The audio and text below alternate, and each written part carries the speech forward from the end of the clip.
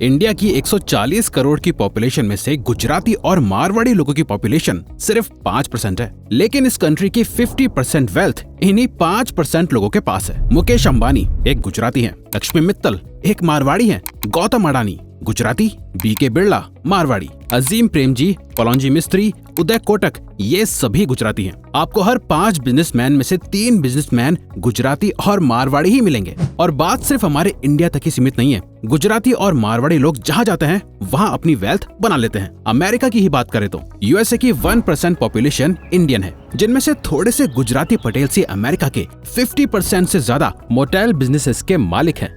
पर ऐसा कैसे है? इन गुजराती और मारवाड़ी लोगों को ऐसा क्या पता है जिससे हम जैसे कॉमन लोग अनजान हैं? ये ऐसा क्या करते हैं जो बाकी लोग अच्छे से नहीं कर पाते? इसका जवाब है धंधो यानी बिजनेस। बाकी लोग जब बिजनेस में फेल हो जाते हैं तो वो जॉब करते हैं, गुजराती लोग इसका उल्टा करते हैं। उन लोगों से जब जॉब नहीं होती तो वो बिजनेस करते हैं, जैसे बिजनेस करना इनके खून में है। अगर आप गुजराती और मारवाड़ी लोगों के माइंडसेट को समझ के उनके जैसा बिजनेस IQ और नॉलेज सीखना चाहते हो तो इस वीडियो को एंड तक जरूर देखना, जहां आप मोनिश परबाई की बुक द धंधो इन्वेस्टर से धंधो के 5 गोल्डन रूल्स के बारे में जानोगे, जो आपका दिमाग खोल के रख देंगे। तो सबसे पहला रूल है इन्वेस्ट इन सिंपल बिजनेसेस।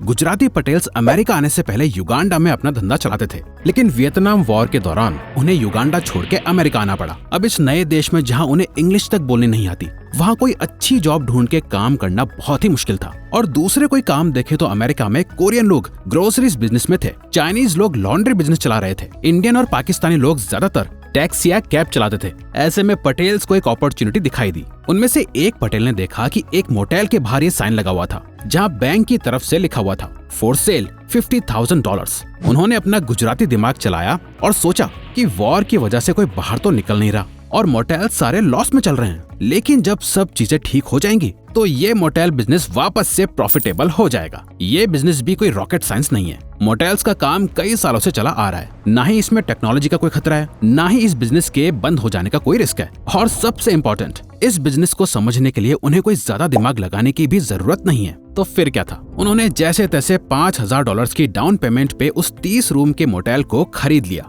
सभी पटेल्स उस 30 रूम के मोटेल में खुद 3-4 रूम्स लेके रहने लगे, जिससे उनका रेंट बच जाता था। साथ ही उस मोटेल में काम कर रहे सभी स्टाफ को नौकरी से निकाल कर खुद सारा काम करने लगे। सैलरी के पैसे भी बच गए। धीरे धीरे जब सिचुएशन नॉर्मल होने लगी तो वो कम से कम दाम पर कस्टमर्स को रूम देने लगे। उनका प्राइस इतना कम था कि आसपास का सारा कंपटीशन ही खत्म हो गया। ऐसा करते करते उनकी सेल्स बढ़ने लगी और जब सिचुएशन नॉर्मल हुई तो मोटेल्स का ये डूबता हुआ बिजनेस खूब पैसे कमाने लगा। जैसे जैसे प्रॉफिट बढ़ा वो अपने बिजनेस को एक्सपेंड करते गए और ऐसा करते करते आज पटेल्स अमेरिका के 50% से ज्यादा मोटेल्स के मालिक हैं। हम में से ज्यादातर लोग सोचते हैं कि हमें एक ऐसा बिजनेस करना चाहिए जो सबके बस की बात ना हो, जो हर कोई समझ के कॉपी ना कर पाए। वहीं गुजराती और मारवाड़ी लोग ऐसे ही बिजनेसेस को करना पसंद करते हैं, जिसे समझना बहुत ही आसान है। अगर चाहे तो हर आदमी उस बिजनेस को कर सकता है। वो इतना आसान जो है क्योंकि वो ये बात जानते हैं, इंसान की 3-4 सिंपल सी नीड्स यानी जरूरतें होती हैं। उन्हीं नीड्स को पूरा करने के लिए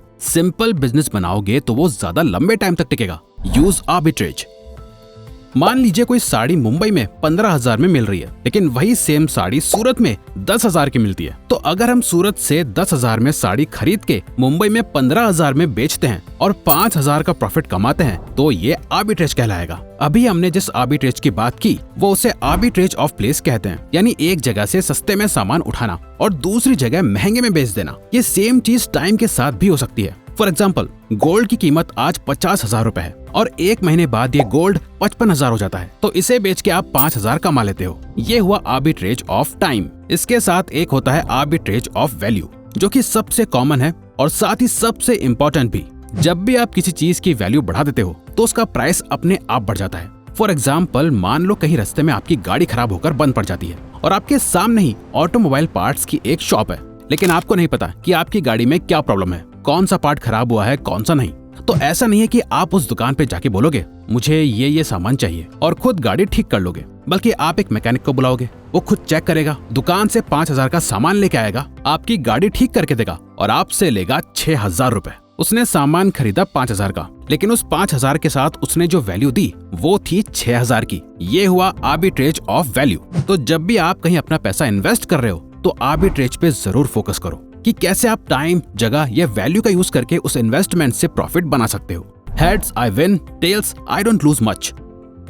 धंधों का सबसे इंपॉर्टेंट रूल है heads I win, tails I don't lose much. यानी बिजनेस करो तो ऐसा करो जहां रिस्क कम से कम हो और प्रॉफिट ज्यादा से ज्यादा। जहां लोग समझते हैं कि हाई रिवॉर्ड के लिए हाई रिस्क लेना जरूरी है, वहीं धंधो फ्रेमवर्क ये कहता है कि रिवॉर्ड तो हाई चाहिए लेकिन रिस्क कम से कम होना चाहिए। इसीलिए पटेल्स ने जब $5,000 की डाउन पेमेंट पे करके उस मोटेल को खरीदा तो उन्होंने यही सोचा कि अगर ये बिजनेस 1 महीने में डूबता भी है तो ज्यादा से ज्यादा $5,000 का ही नुकसान होगा, लेकिन अगर ये धंधा चल गया तो फिर कोई और काम करने की जरूरत ही नहीं पड़ेगी। यानी heads I win, tails I don't lose much.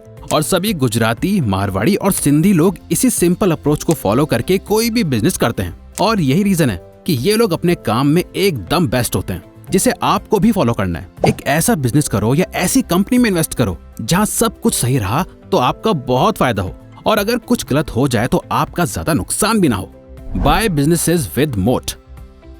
अगर आप किसी भी बिजनेस में अपना पैसा लगा रहे हो तो आपको यह पता होना चाहिए कि आपके बिजनेस में वो कौन सी खास बात है जो उसको अपने कॉम्पिटिटर्स से बेटर बनाती है, जिसे मोट कहते हैं। जैसे किले के आसपास एक खाई होती है जो दुश्मन को उस किले में घुसने से रोकती है, ऐसे ही बिजनेसेस में भी कुछ मोट्स होते हैं। फॉर एग्जाम्पल, मान लो आपके एरिया में एक ही जूस की दुकान है जहाँ हर कोई जूस पीता है। अब अगर उसी एरिया में एक और जूस की दुकान खुल जाए तो आपको अपना प्राइस कम करना पड़ेगा, वरना लोग वहीं से जूस पिएंगे जो सस्ता देगा। लेकिन अगर आपने अपने बिजनेस में मोट्स बिल्ड कर रखे हैं तो आपको प्राइस कम करने की जरूरत नहीं है। जैसे आप सेम प्राइस में जूस की क्वांटिटी थोड़ी सी ज्यादा देते हो। आपके यहाँ सिर्फ फ्रूट्स ही नहीं, वेजिटेबल जूसेस भी मिलते हैं। आप अपनी दुकान पे अच्छे से हाइजीन मेंटेन रखते हो, हाई क्वालिटी के कप्स और स्ट्रॉज यूज करते हो। ये सभी चीजें आपके लिए मोट का काम करेंगी। फिर चाहे इलाके में कितनी भी दुकान खुल जाए, लोग आपकी दुकान से ही जूस पीना पसंद करेंगे। वो मोट्स ही होते हैं जो एक बिजनेस को अपने कॉम्पिटिटर से अलग बनाते हैं। अगर आप चाहते हो कि आपका धंधा बरकरार रहे तो उन सभी छोटी छोटी चीजों को अच्छा करने पे ध्यान दो जिसे आपके कॉम्पिटिटर्स इग्नोर कर रहे हैं। By distressed business in distressed industries. इस रूल के हिसाब से हमें किसी भी बिजनेस में तब इन्वेस्ट करना चाहिए जब वो बिजनेस ज्यादा अच्छे से चल नहीं रहा हो, क्योंकि जब भी कोई बिजनेस प्रॉब्लम में होता है तो जरूरी नहीं है कि वो हमेशा ही इस प्रॉब्लम में रहे, और ऐसे टाइम पर बिजनेस की मार्केट वैल्यू बहुत कम हो जाती है, जिनके शेयर्स को आप बहुत ही कम प्राइस में खरीद सकते हो। इसी रूल को फॉलो करके गुजराती पटेल्स ने मोटेल बिजनेस में इन्वेस्ट करा, क्योंकि उस टाइम की सिचुएशन की वजह से कोई इतना ट्रैवल ही नहीं कर रहा था, जिसकी वजह से हॉस्पिटैलिटी और टूरिज्म इंडस्ट्री ही घाटे में चल रही थी। पर मोटेल्स का बिजनेस तो एकदम सॉलिड था, उन्हें वो बिजनेस सेल पे मिल रहा था। इस अपॉर्चुनिटी को देखते हुए उन्होंने एक डिस्ट्रेस्ड बिजनेस को कम प्राइस पे खरीद लिया। इस रूल को खुद वॉरेन बफेट भी फॉलो करते हैं। अमेरिकन एक्सप्रेस ईयर 1963 में एक सैलड ऑयल स्कैंडल में फंस गई थी, जहां उस कंपनी के स्टॉक प्राइस बहुत ज्यादा कम हो गए थे